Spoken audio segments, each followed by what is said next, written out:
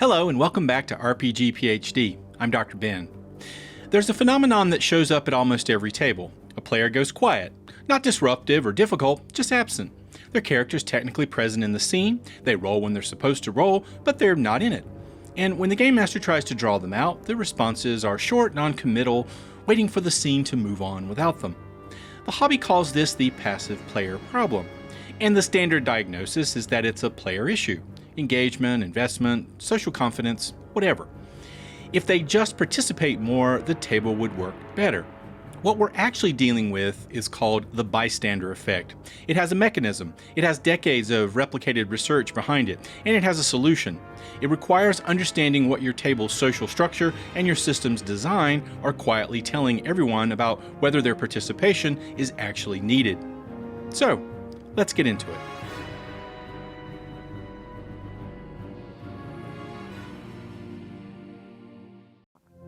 In 1968, two social psychologists at Columbia University named John Darley and Bibb Latané ran one of the more quietly disturbing experiments in the history of behavioral science. They brought participants into a room to fill out a questionnaire. While they were working, smoke started coming through the vents. In some conditions, the participant was alone. In others, they were seated with two other people. When participants were alone, about 75% of them got up and reported the smoke within 2 minutes. Reasonable. There's smoke, you tell someone. When they were seated with two other passive Confederates, people who were instructed to just keep working and ignore the smoke, that number dropped to 10%. Darley and Latané called the core mechanism of the bystander effect the diffusion of responsibility. The core finding is the more people present in a situation that calls for action, the less any individual feels personally obligated to act. A cognitive calculation running mostly below conscious awareness. Somebody else will handle it. Someone more qualified. Someone whose job this is. Surely not me. They followed this up in the same year with a second study, the seizure study, where participants believed someone in an adjacent room was having a medical emergency. Alone, 85% of participants intervened within the first minute. In a group of 6, 31%. Now, bring that back to your table. You've got 4 players. The Game Master asks an open question, and in the half second before anyone speaks, each of those 4 players is running that same unconscious math. The Paladin usually handles the talking. The Ranger probably has a plan. I don't want to step on anyone's moment, so everyone waits. This is what I want to be clear about before we go any further. The passive player problem under this view is not primarily a motivation problem.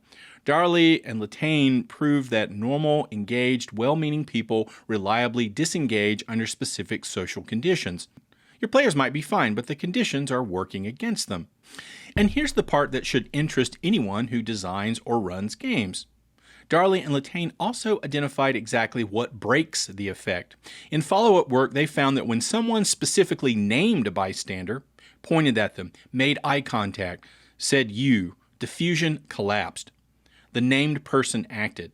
The ambiguity of collective responsibility disappeared the moment one person was singled out. So we're going to come back to that, because it has direct implications for how you run your table and for how games should be designed in the first place. So let's talk about the traditional initiative queue. Standard initiative, the kind Dungeons & Dragons has been running since forever, works like this. Everyone rolls, the Game Master ranks the results, and that order locks in for the rest of the combat. Highest goes first, then the next, then the next. You wait your turn, you take your turn, you wait again. On paper, that's clean, fair, easy to track, and for a lot of tables, it works just fine. But look at what it's actually teaching players to do. Your turn is your problem. Everything else is someone else's turn. The barbarian is doing something right now, and whatever it is, it doesn't require you. So you can check out mentally, physically, literally, and the system won't penalize you for it because by the time your slot comes back around, the Game Master will catch you up. That's been the implicit contract at most tables for decades. Darley and Latané found that diffusion of responsibility gets worse as group size increases. And it also gets worse as wait time increases. The longer the gap between the triggering event and the expected response, the more diffuse responsibility becomes. A traditional initiative queue is a machine for producing exactly that gap over and over for every player at the table every round. and it compounds. The structure told them repeatedly that their participation window is narrow and predictable. There are 3 specific design patterns inside traditional initiative that makes this worse. The first, as I've already mentioned, is wait time. In a party of 5 with a game master running 4 enemies, you can easily sit through 8 other turns before yours comes back. That's anywhere from 5 to 15 minutes of not being asked to do anything. Human attention under those conditions doesn't stay primed. It finds something else to do. It's just how attention works. The second is front-loaded information. In many traditional systems, the game master describes what happens fully before players respond. The dragon breathes fire. Marcus takes 12 damage. The dragon moves here. Now what do you do? But by the time the question arrives, sometimes the event has already resolved. There's no live tension left to respond to. The scene has already moved on and players are catching up rather than driving anything. Compare that to the moment before the dragon breathes. It's drawing breath, Marcus, right in front of you. And the quality of engagement is a little bit different. The third is decision clarity. When the optimal move is obvious, and in a lot of traditional combat design it frequently is, the act of deciding doesn't feel like a real choice. You're executing a predetermined right answer. Players recognize this and disengage from the deliberation process because there's nothing to deliberate. They'll surface when it's time to roll dice. None of this is malicious. The designers of these systems weren't trying to create passive players. They were solving different problems: speed of play, procedural fairness, ease of tracking. And the bystander psychology is a side effect that nobody named until we started looking at it through that lens. You can start asking a different question. Not why are my players disengaged, but what is my system telling them engagement looks like? And if the answer is a narrow window every 8 turns where you roll some dice, then you've got your answer. Every rule tells players what kind of participation is expected of them. The question is whether those instructions are working with human psychology or against it. Let's start with popcorn initiative. The basic structure is simple. After you take your turn, you choose who goes next. You pass the spotlight. The traditional cue is gone. There's no predetermined order, just a continuous chain of handoffs. Watch what that does to player behavior. In a locked queue, you only need to pay attention during your turn and maybe the turn immediately before yours, because that's when you need to be ready. In a popcorn initiative scenario, you need to watch everyone, because at any point someone might hand the action to you. And more than that, when your turn does come, you may have to make a real decision about who gets the momentum next. Do you pass to the rogue who's been setting something up, the cleric who needs a window, the fighter who's pinned down? Darley and Latane's research showed that diffusion of responsibility collapses when individuals feel personally implicated in the outcome. Popcorn initiative creates that feeling structurally every round for every player. It also changes the social texture of the table in a subtler way. Passing the spotlight is a form of acknowledgement. I saw what you were setting up, and I'm giving you the space to do it. That's a collaborative act rather than just a procedural one. Now let's look at something structurally different: action token economy, where tokens regenerate through engagement. The specifics shift a bit depending on what you're doing, but the underlying logic is consistent. Staying in the scene, spending reactions, making active calls in other people's turns, these feed back into your own action capacity. Sitting quietly costs you. Participation pays. This is a direct mechanical inversion of what traditional initiative does. In most systems, your resources are fixed at the top of your turn. What you did last round, how engaged you were, whether you called out a reaction during the enemy's action. None of that affects what you have available when your turn arrives. The system is indifferent to your level of engagement between turns. The behavioral psychology term for this kind of design is a contingent reinforcement schedule. The reward, action economy, resources capacity, is contingent on the behavior you want, which in this case is active participation. Latane's later work on social loafing, the group context cousin of the Bystander Effect, found that loafing drops significantly when individual contributions are identifiable and when those contributions have visible consequences. Your engagement is visible in your token count, and it has a direct consequence on what you can do. Now, of course, there are trade-offs. Popcorn initiative can produce spotlight hogging if players aren't paying attention to who's been passed over, and token economies add cognitive load, especially for newer players who are already managing a lot. Neither of these systems is a free lunch, but that's exactly the point of the audit. Every design choice is a trade-off. The question traditional initiative never really asked is, what are we trading engagement for? And the answer turns out to be procedural simplicity. That's a legitimate priority. But it's worth knowing that's the deal you're making, because the cost shows up as a passive table, and it's easy to blame the players for it. The cleaner way to frame it is locked queue systems optimize for fairness and tracking, popcorn optimizes for collective awareness, token economies optimize for sustained engagement. None of them are solving for everything at once because nothing does. But once you know what each system is reinforcing, you can make an informed call about which trade-offs fit your table. System change takes buy-in. It takes a conversation, maybe a session 0, maybe a group that's open to trying something new. Not every table has that. So let's talk about what you can do inside whatever system you're already running without touching a single rule. The most actionable finding of this research wasn't the original smoke-filled room study. It was the follow-up work on what breaks diffusion. And the answer was almost frustratingly simple. When a specific person was named and addressed directly, as I mentioned earlier, the bystander effect collapsed. That person acted. The ambiguity of collective responsibility disappeared the moment one individual was singled out, and the group fiction of someone else will handle it became impossible to maintain. Your game master practice lives or dies by how well you understand that finding. Replace the open question. What do you do is a diffusion trigger. It addresses everyone, which functionally addresses no one. The table hears it as a general invitation and waits to see who picks it up. Someone usually does eventually, and that someone becomes the de facto decision maker for the group, in a lot of cases, which feeds the pattern rather than breaking it. Replace it with a targeted address every time. Not, what do you do, to the whole table, but, Kira, he's reaching for the door, you're closest, what do you do? Name first, situation second, question third.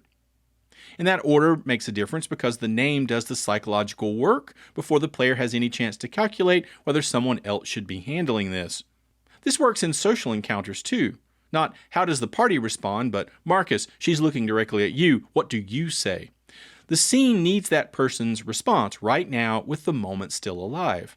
Interrupt before resolution. Many game masters describe what happens and then ask what players do. The villain fires the crossbow. The bolt hits the wall. What do you do? But the tension in that moment is already gone. The event resolved. Players are processing an update rather than responding to a live situation. Try interrupting before resolution instead. He's raising the crossbow. It's pointed at Marcus. Kira, you're standing between them. Go. The outcome is still undetermined. The scene is still moving. That gap between action and consequence is where decisions happen. And players who are given that gap consistently tend to stay in the scene because the scene keeps requiring them. This is particularly effective with new players who haven't learned yet to anticipate the rhythm of resolution. So to them, the interruption is just reality and they respond to it as such. Build explicit reaction windows. Even inside a locked queue system, you control the pacing between turns, so use that. After an enemy acts, before moving to the next turn in the order, open a brief window. Kira, want to call something out before we move on? That's a permission structure. It tells the table the space between turns is available.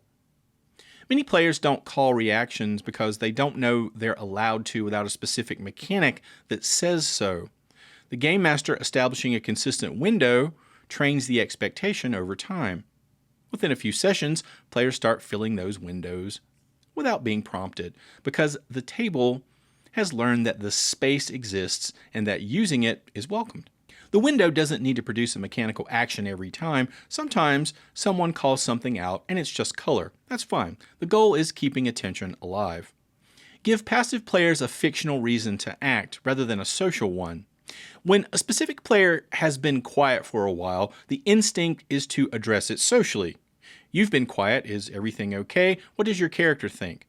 And while that's well-intentioned and just fine in many cases, it might put the player on the spot in a way that usually produces a defensive, minimal response rather than engagement.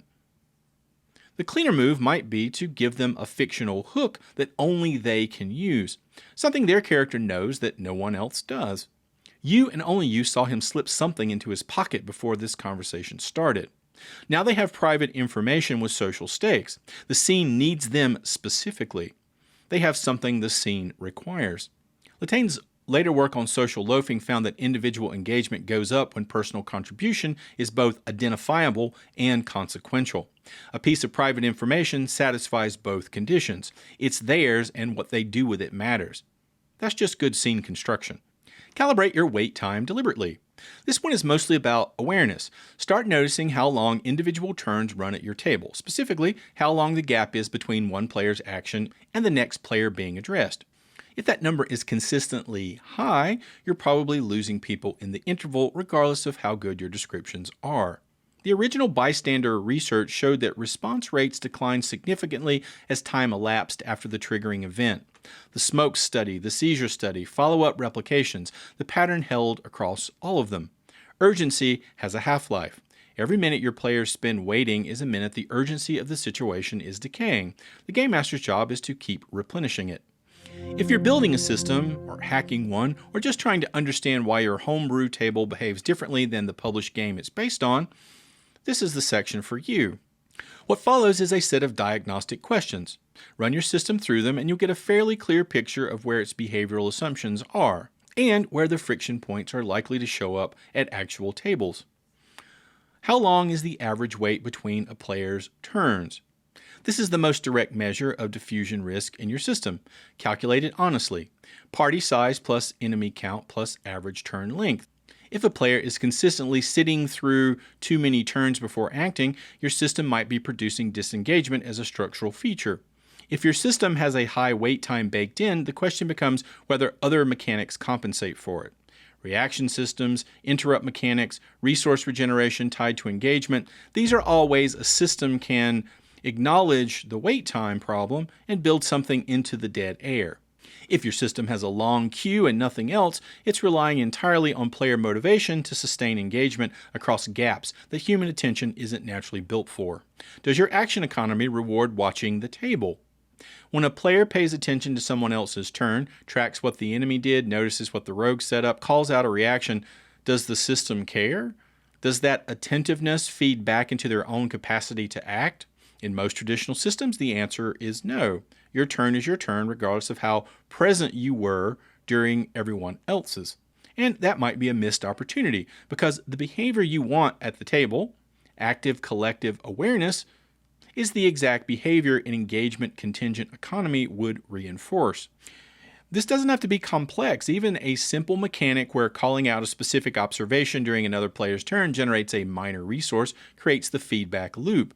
The system starts rewarding the behavior it needs. Is individual contribution identifiable? Latane's social loafing research found a consistent result across many replicated studies. When individual effort is invisible inside a group output, effort drops. People work harder when their specific contribution can be seen and attributed to them. This applies directly to tabletop role-playing game design. In a system where the party rolls together, acts as a unit, or where individual actions frequently dissolve into collective outcomes, you might be creating conditions for loafing, whether you intend to or not. This doesn't mean every system needs to be hyper-individualistic, but it does mean you should ask, when a player engages with this mechanic, is that engagement visible? Class features, personal resources, individual reaction triggers, these are all ways systems keep individual contribution legible without breaking the collaborative feel of the game. Does your system have a spotlight passing mechanism? This is the popcorn question. When a player's turn ends, does the system create any reason for them to actively consider who needs the momentum next? Or does control just revert to a predetermined order? A spotlight passing mechanism doesn't have to be full popcorn initiative. It can be as light as a mechanic where the acting player tags someone else for a bonus, or where handing off initiative in a specific way generates a resource for both parties. The point is to create a structural moment where players look outward instead of just waiting for the cue to cycle back to them. Tables that develop strong collective awareness almost always have some version of this, even if it's informal. What does non-participation cost? This is a question that I don't see a lot of systems asking, and it's worth sitting with. In many published RPGs, skipping your turn, going last, staying quiet, and passing your action all carry minimal mechanical cost. You lose the turn's output, but nothing else. That's a legitimate design choice for certain kinds of games. But if you want a table where everyone is consistently engaged, a system that is neutral about engagement is working against you. Neutrality under these conditions isn't a blank slate. It defaults toward the path of least resistance, which is exactly what Darley and Latane's research would predict. Non-participation cost doesn't have to be punitive. There's a meaningful design difference between a system that punishes passivity and one that rewards engagement. Can players act outside their turn? Reaction systems, interrupts, contingent actions, these are all answers to the same design problem. What does a player do with their attention when it isn't their turn? If the answer is nothing, you might be producing dead air by design. If the answer is they can respond to specific triggering conditions, you've given them a reason to stay in the scene. The depth of the reaction system matters less than its existence. Even a single reaction per round that can be spent on a limited set of triggers is enough to change the behavioral pattern at the table. Players who know they might need to spend a reaction might stay alert in a way that players with nothing to do simply wouldn't. Run any system through these 6 questions and you'll have a good idea what it's optimizing for and where it's leaving engagement to chance. Most systems leave quite a lot to chance. Game design has always balanced a lot of competing priorities, and engagement psychology is a relatively recent lens to apply to it. But the lens exists and there's no good reason not to use it. So now let's look at a quick step-by-step guide. First, this doesn't require vast system changes or even lengthy conversations. Just give it a try and see what happens. Name before you question. Every time you ask a player what they do, say their character name first. Not what does the party do, but Kira, what do you do? Do this every single time, even when it feels unnecessary. Interrupt before resolution. Pick one moment per session where an enemy or NPC is mid-action and stop the description before it resolves. Put a player on the clock inside that gap. One moment is enough to start building the habit. Open a reaction window after every enemy turn. Before moving to the next turn in your queue, pause. The reaction window still opens, but you address it to someone specific. Kira, anything before we move on? Rotate who you address so everyone stays primed. You won't always get a response, but you open it anyway. The expectation builds over sessions. Give your quietest player or least engaged player private information. During the session, hand them something or express to them something only their character knows. Something short, 1 sentence is enough. Let the scene need them specifically. Track your wait times. Just notice. Next session, count how many turns elapse between each player's actions. If it's consistently high, then that's your diagnosis. Audit one mechanic in your system. Pick initiative, or your action economy, or your reaction rules.